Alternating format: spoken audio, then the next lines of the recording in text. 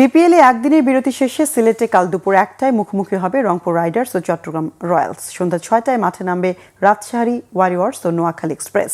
সিলেট আন্তর্জাতিক ক্রিকেট স্টেডিয়ামে বিপিএল এর প্রথম 4 ম্যাচেই ছিল রানের বন্যা। স্পোর্টিং উইকেটে প্রথম ম্যাচে সেঞ্চুরি করেছেন রাজশাহী ওয়ারিয়র্সের অধিনায়ক নাজমুল হোসেন শান্ত। 50 এসেছে মুশফিক, ইমন, অঙ্কনদের ব্যাট থেকে। প্রথম রাউন্ডে 1 ম্যাচ খেলে পূর্ণ পয়েন্ট পেয়েছে চট্টগ্রাম রয়্যালস। রান রেটের হিসেবে টেবিলের শীর্ষে আছে দলটি। এবারের বিপিএলে এখনও মাঠে নামেনি রংপুর রাইডার্স। চট্টগ্রামের বিপক্ষে ম্যাচ দিয়ে মিশন শুরু হবে সাবেক চ্যাম্পিয়নদের। নতুন দল নোয়াখালী এক্সপ্রেস হেরেছে প্রথম 2 ম্যাচেই। সিলেট টাইটান্সের বিপক্ষে জয়ের আশা জাগিয়েও 1 উইকেটে হেরে যায় দলটি। নিজেদের তৃতীয় ম্যাচে রাজশাহীর বিপক্ষে ঘুরে দাঁড়াতে মরিয়া তারা। টুর্নামেন্টের উদ্বোধনী ম্যাচে সিলেট টাইটান্সের 190 রান টপকে দারুণ জয় পায় শান্তর দল, কিন্তু পরের ম্যাচেই ছন্দ হারিয়ে ফেলে তারা। হেরে যায় ঢাকা ক্যাপিটালসের কাছে।